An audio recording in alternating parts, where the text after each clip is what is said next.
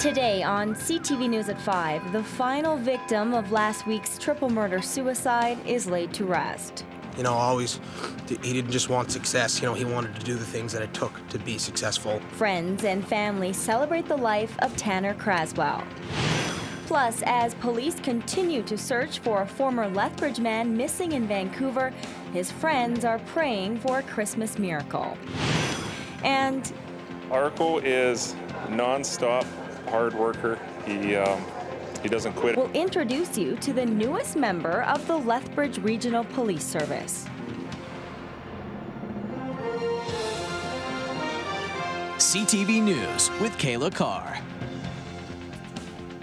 Good afternoon. A day after a tearful farewell to Mitch McLean, many of the same mourners went through the experience again in PEI today as friends and family said goodbye to Tanner Craswell. The 22-year-old was one of the victims of a triple murder-suicide near Claresholm last week. Ashley Dunbar reports.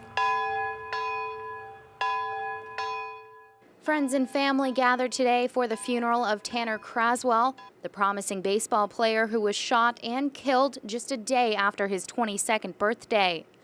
Over 600 people came to the Church of the Most Holy Redeemer in Charlottetown this morning. Friends heading into the service say Craswell will be remembered for his love of baseball. He was a great guy. He was always such a great team guy and had an amazing work ethic. He didn't just want success, he wanted to do the things that it took to be successful. Craswell's close friend Mitch McLean was laid to rest yesterday near Charlottetown. Those who attended both funerals were also close friends with the fourth and only victim who survived the triple murder-suicide, Shayna Conway. As far as I know, she's doing good, given the circumstances.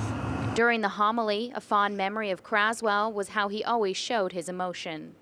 He definitely had no problem showing his emotion, whether it was positive or negative, and that's what you loved about him the whole time. He was an unreal guy. And loud cries were heard as hundreds of mourners left the church after today's service. Difficult for everybody, I think. I think we all feel a connection to the two young boys that were lost and the families of the two girls that are involved, so it's just difficult. In today's program, the Craswell family said everyone's presence and comfort are deeply appreciated. And although it was snowing today, many say it just doesn't feel like Christmas after this tragedy. Ashley Dunbar, CTV News, Charlottetown. Family and friends of the victims have set up trust funds. The money collected will be put towards funeral costs and to start scholarships in their names. Now, there's also a fund for the lone survivor, Shayna Conway. That money will be used to help pay for her treatment and recovery costs. We've put a link to how you can donate on our Facebook page, facebook.com/CTVLethbridge. Lethbridge police are investigating after a man was attacked with a machete this morning. It happened around 6:30 in the 1200 block of 8th Avenue South. A 46-year-old man was taken to the Chinook Regional Hospital with non-life-threatening stab wounds. He underwent surgery this morning. Police say several people were involved in the attack. Officers are looking for a vehicle that may be tied to the incident. It's described as a brown or beige car with a smashed-out front windshield. Officers believe the victim was targeted.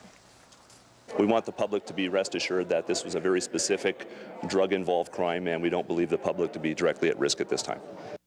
And anyone with information on this crime is asked to call police or Crime Stoppers.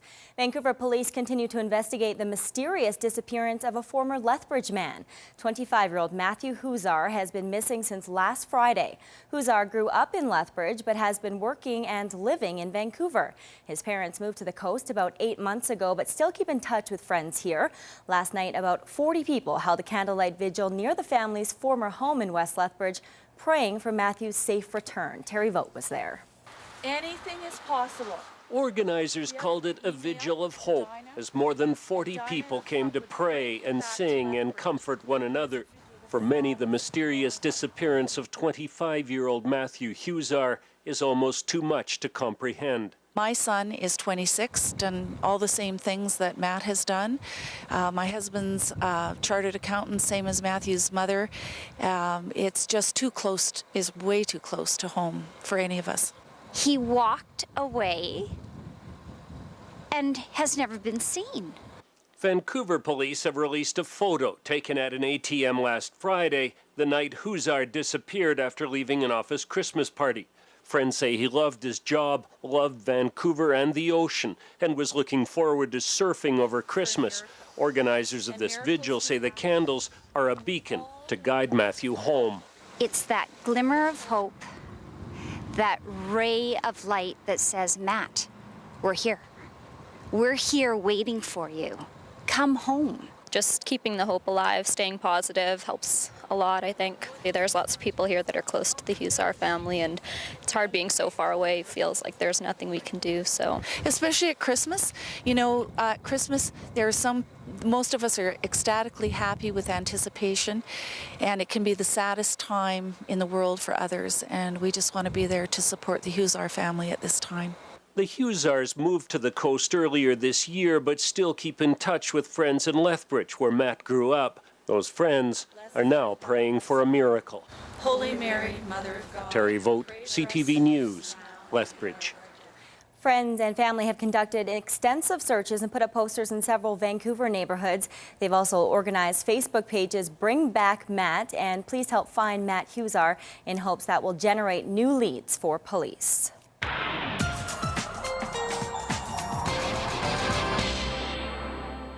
Dory's here with the first look at weather. Dory, it's been a little windy lately. How's it going to be when Santa hits the skies this weekend? Should be pretty calm for his trip, Kayla. That's the word now. We should be done with the wind by late in the afternoon tomorrow. The windiest portion of the forecast could be tonight, when wind gusts could reach 100 kilometers per hour. They've already reached 94 in the Pincher Creek area, so we'll keep an eye on that. But Santa should be okay for tomorrow night. Great. Thanks very much, Dory. Lethbridge MP Jim Hillier says the past year has been an adjustment. Hillier is reflecting on his first year in federal politics. He admits it's been a somewhat adventurous adjustment to public life during the election. Hillier was widely criticized for what some people called his lack of openness. He refused to attend public forums, instead choosing to go door to door to talk to voters. Earlier this month, he was shown in a viral video making shooting gestures after the Tories voted down the long gun registry. Hillier says he believes people are coming around to the new guy. A lot of that came from people just not knowing what to expect from this new guy. Once the election was done and people started to realize that the door was open, that they could come talk to me, and that I was willing to listen and to implement things that were important. I haven't had any problems. And Hillier contends the door to his office is always open. Well, Christmas has come early for a busy mother of four who still finds time to volunteer regularly with the local Boys and Girls Club. It was a really big surprise, an awesome surprise. Very excited. Canadian Tire heard about Charlene Nystrom's commitment to the community. This morning, they rewarded her with a full winter vehicle makeover. Charlene's car got a brand new set of winter tires, new wiper blades, an emergency safety kit, and a full vehicle checkup. Canadian Tire says it's the perfect gift for someone who spends a lot of time on the road, yet still always finds time to act as a strong role model for the kids at the Boys and Girls Club. It's a good program, I think, because there's an awful lot of people out there, as Michelle from the Boys and Girls Club told me, that they're a nonprofit organization, so they can't really do much for their volunteers, and so it's nice when somebody steps forward and does give them something to do. And Charlene uses her own vehicle to travel back and forth to the club and to take the kids there on community outings. Lethbridge firefighters helped make Christmas special for 3 families last night. Firefighters from Local 237 loaded toys into a fire engine at Fire Hall Number 1. It's all part of the Salvation Army's Adopt a Family at Christmas program. This year, the charity received nearly 400 requests to help families in need, the most they've ever had. It's a program that firefighters say they hold near and dear to their hearts. Right, it's very rewarding for everyone involved. There's nothing better than when you pull up in the fire truck to deliver some toys for the kids, and they're jumping up and down above the windowsill, all excited. So, yeah, it is very touching for us.